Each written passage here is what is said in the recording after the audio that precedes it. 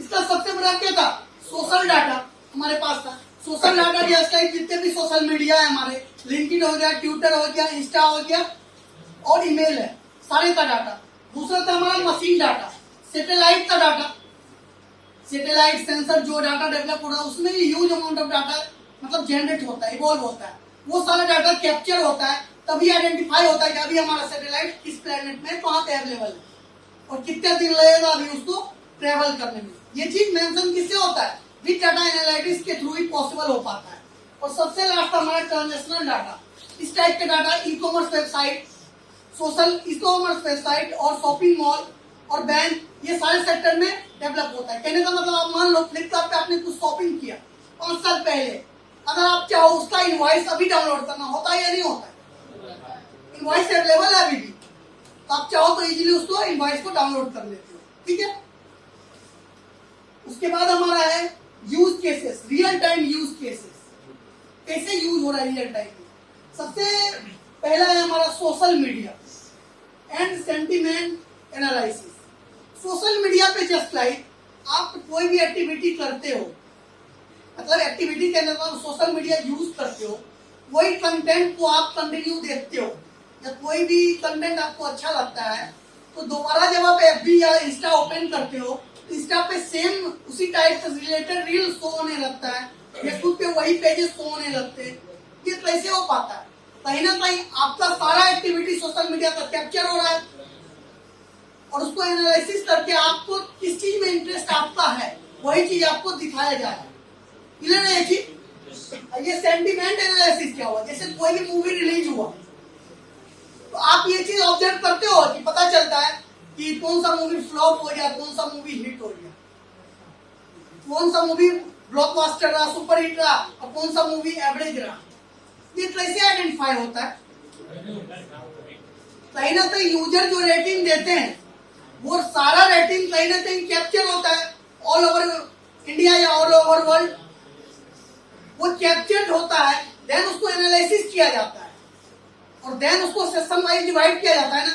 Average का section अलग है, पुअर, एवरेज है, सुपर हिट, और देन डिसाइड होता है मूवी हिट हुआ या फ्लॉप हुआ है। तो ये किसके थ्रू पॉसिबल होता है? बिग डाटा एनालिटिक्स के थ्रू पॉसिबल होता है। दूसरा है इंटेलिजेंट ट्रैफिक मैनेजमेंट। आप उबर ट्रैक का नाम सुने? उबर, ओला, सबसे पहले उबर ने अपनाया था इंटेलिजेंट ट्रैफिक मैनेजमेंट को बिग डाटा के थ्रू। ये कैसे पॉसिबल हो पाया? जैसे जो भी एक्टिविटी आपके मैप पे शो होता है कि किस रास्ते में ट्रैफिक ज्यादा है, किस रास्ते में ट्रैफिक कम है, तो सारे जैसे आपने सोर्स डाला और डेस्टिनेशन डाला तो दोनों डिसाइड हुआ उबर में। उसके बाद वो मैप पे आइडेंटिफाई करता था कि ट्रस्ट किस ट्रैफिक पे, किस रूट में ज्यादा ट्रस्ट है, मतलब जिसमें जो रूट फ्री है। तो मैप पे तो डिफरेंट डिफरेंट वे है ना उस सोर्स और डेस्टिनेशन पहुंचने तक, ये रास्ता है, ये रास्ता है, ये रास्ता है।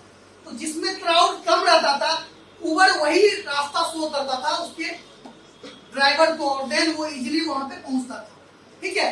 तो ये कैसे पॉसिबल हो पाया था? पहले तो सारा जितना भी वे है, जितना भी रास्ता है, सारा का डाटा कैप्चर होता था, देन उसको एनालाइज करके फाइनल वे उसको दिया जाता था। तो ये किसके थ्रू पॉसिबल हो पाया था? बिग डाटा एनालिटिक्स के थ्रू, उबर, ठीक है। उसके बाद है वेब डिस्प्ले एडवर्टाइजिंग। आप वेब पेज इंटरनेट चलाते हो, एडवर्टाइज आता है। एडवर्टाइज जो शो होता है वो किसके थ्रू होता है? इसी के थ्रू, बिग डाटा एनालिटिक्स के थ्रू। कैसे हो पाता है? एडवर्टाइज आप नोटिस करोगे कि एडवर्टाइज आपको उसी चीज का दिखाया जाता है जो चीज आपने इंटरनेट पे कभी सर्च किया था। आपने कोई फ्लिपकार्ट पे हेडफोन सर्च किया, ईयरफोन सर्च किया या बर्ड सर्च किया, तो आपको बर्ड्स का ही एडवर्टाइज आएगा वेब पेज पे।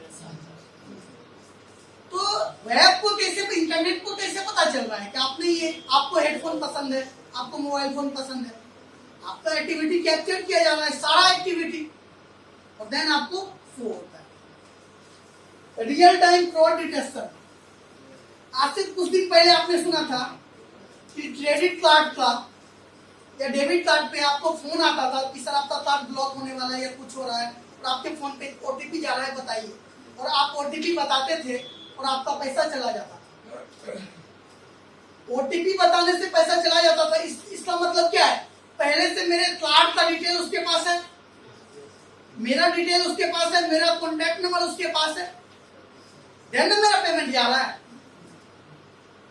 तो ये क्यों हो रहा था? जैसे आप कोई भी अनवांटेड साइट यूज करते थे, वहां पे अपना कार्ड डिटेल डालते, पेमेंट करते थे, तो आपका डाटा सेव कर लेता था वो, और फर्दर आपके साथ वो फ्रॉड करता था। इस फ्रॉड को, डिटेक्शन को दूर करने के लिए अभी क्या होता है, अभी टाइम पे आप कोई भी चीज करते हो एक्टिविटी, मान लो आपके पास कोई ओटीपी आ भी गया, ओटीपी देने के बाद समथिंग आपको पासवर्ड देना होता है। तो अभी के टाइम पे ये फ्रॉड नहीं हो रहा। ये फ्रॉड जो डिटेक्शन हो रहा था वो किसके थ्रू हो रहा था? बिग डेटा थ्रू थोड़ी ना हो रहा था। आपका डाटा कैप्चर करके रख लेता था कोई भी थर्ड पार्टी, मतलब अनवांटेड साइट। इसको सुधार इसमें लाया गया है ना, बिग डाटा के थ्रू सुधार कैसे लाया गया? ये सारा डाटा कैप्चर कर रहा है कि आपने बैंक का डिटेल कहां कहां शेयर किया, ये सारा डिटेल है। आपके साथ फ्रॉड भी होता है, वो डिटेक्ट कर लिया जाएगा।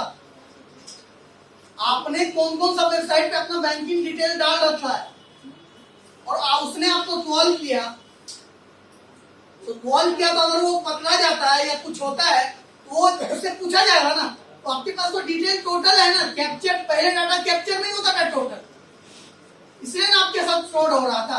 क्रेडिट कार्ड कितनों के साथ फ्रॉड हुआ था। एटीएम में क्या होता था, एटीएम मशीन में आप पासवर्ड डालते थे और पैसे कोई और ले जाता था, हो रहा था ऐसा। वो कैसे पॉसिबल हो रहा था? एटीएम में कुछ मतलब वल्नरेबिलिटी, कुछ पैचेज अवेलेबल थे, कुछ कमियां थी। अगर कोई भी की आप दबाए रहते थे तो सारा प्रोसेस वहां पे रुक जाता था। पुराने एटीएम में कोई भी बटन आप प्रेस किए हुए हो तो कोई भी बटन, कोई भी टच तभी वर्क नहीं करता। लेकिन अभी के टाइम पे, एक टाइम पे 2-3 बटन भी आप दबाओगे तो सारा वर्क कर जाता है। तो पैचेज रिलीज किए, कोई भी चीज का अपडेट वर्जन आता है। अपडेट वर्जन मतलब क्या? पुराना जो भी खामी है, जो भी वल्नरेबिलिटी है, उसको दूर किया जाता है, उसके पैचेस को हटा के नया वर्जन लॉन्च किया जाता है, ये होता है। और कुछ फीचर ऐड होता है। इसी टाइम पे हमारा रियल टाइम फ्रॉड था, IT log file analytics. Log file क्या होता है? मान लो आपके पास एक कोई बड़ा फाइल है, 2 GB 4 GB तक कोई फाइल है, उसको कंप्रेस करके, सारा डाटा अवेलेबल है, उसको कंप्रेस करके हम एक छोटा फाइल बनाते हैं और उसका साइज जस्ट लाइक समथिंग कुछ MB हो जाए तो लॉग फाइल हो जाता है। मतलब हमारा सारा डाटा अवेलेबल है और साइज छोटा हो गया। साइज छोटा होने से बेनिफिट क्या हुआ? बेनिफिट हमें ये हो गया ना कि अगर कहीं पे हमको यूज लेना है, कहीं पे उसको वैल्यू को ले जाना है या उसको फेस करना है, इजी होगा, प्रोसेसिंग फास्ट हो जाएगा ना।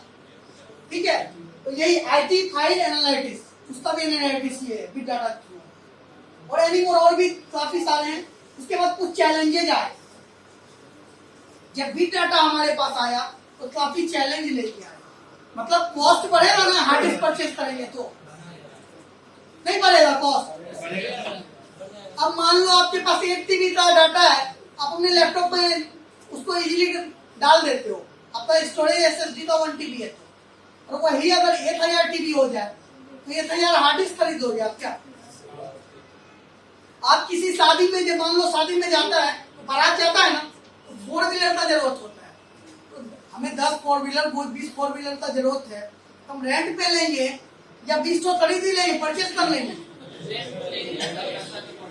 जो काम 2000 में हो जाए उसके लिए हम 20 लाख रुपया क्यों लगा, 2 करोड़ रुपया क्यों इन्वेस्ट करें? नहीं समझे? तो स्टोरेज और हार्ड डिस्क हम परचेज भी करते हैं तो इसको स्टोर करेंगे, स्टोरेज के लिए यूज होगा ना। तो 4000 TB का स्टोरेज हमें 2000 रुपया मंथली रेंट पे मिल जाए, हम यही ना चाहेंगे। तो पुराना डाटाबेस के साथ क्या था, स्टोरेज का भी दिक्कत आया, दूसरा कॉस्ट का। सबसे लास्ट ये थर्ड है कंप्यूटेशनल इफिशियंसी। अब हमको चाहिए फास्ट भी चाहिए, प्रोसेसिंग भी फास्ट चाहिए, और उसको जितना भी बड़ा डाटा दे दो, प्रोसेसिंग स्पीड वही था। हमारा पुराना ट्रेडिशनल सिस्टम का स्पीड वही था। ठीक है, तो ये चौथी दिक्कत डाटा लॉसेस। हमने पिछले क्लास में आपको बताया था, अगर मान लो अपने लैपटॉप में कोई भी फाइल रखा है 2 GB का, अगर आप डिलीट करते हो तो 2 GB डाटा लॉस हो जाता है। डिलीट 2 GB डाटा होता है ना, तो 2 जीबी का कुछ पार्ट हो जाता है, बाकी रेस्ट ऑफ ऑल रह जाता है, ऐसा होता है, पूरा चला जाता है। अगर इसी का अगर डाटा लॉसेस यहाँ पे जो है बिग डाटा हडूप क्या करती है, उसको ब्लॉक में सेव करती है, डिवाइड करके सेव करती है ना। हर एक ब्लॉक का साइज मैक्सिमम कितना होता है 128 MB।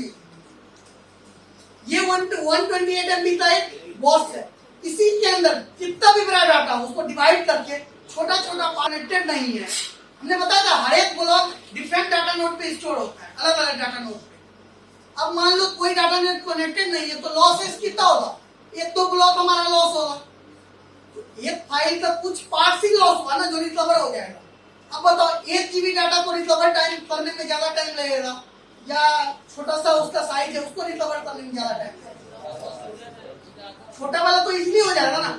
तो डाटा लॉसेस नहीं होने देता है। और ये एप्लीकेशन ये ऑलरेडी सबका बैकअप बना के रखता है। मैंने बताया था ये एक ब्लॉक का 2 बैकअप बनाती है, आप चाहो तो और एप्लीकेशन बढ़ा भी सकते हो।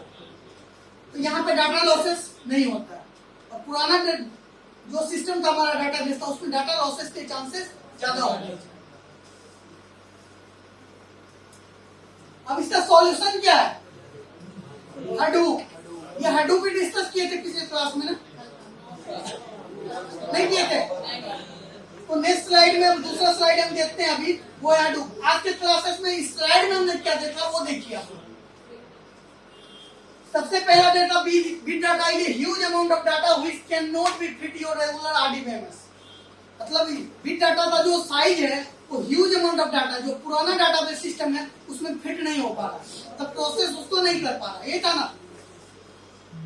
दूसरा डिफरेंट टाइप ऑफ कैरेक्टरिस्टिक्स हमने देखा, वॉल्यूम, वैरायटी, वेलोसिटी, वैल्यू भी देखा था, वेलोसिटी भी हमने देखा था इससे पहले क्लास में।